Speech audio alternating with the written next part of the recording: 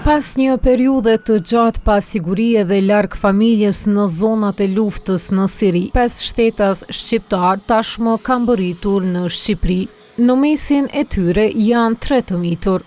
Ata janë riadësuar nga Siria në kuadër të një operacioni që autoritetet shqiptare përshkruajnë si të gjatë, të vështirë dhe të kujdesshëm. Jeni gëzuar që u ktheve. Do jemi shumë mirë. Tani jeni të sigurt, jeni të qetë.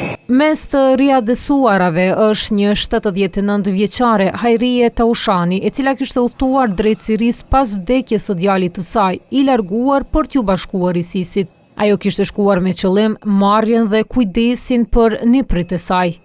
Pjesa tjetër e të riadësuarve janë nga Rogozhina. Gruaja tjetër është Myrvete Dibra.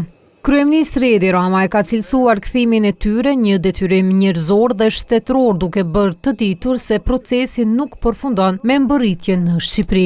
Ndërkaq, Ministria për Evropën dhe Punët e Jashtme thotë se institucionet përgjegjëse do të ndjegin në mënyrë të koordinuar gjithë procesin, përfshirë edhe mbështetjen shëndetësore e psikosociale. Nga Tirana thonë se përpjekje do të vazhdojnë edhe për shtetasit e tjerë shqiptar që kanë mbetur në Siri.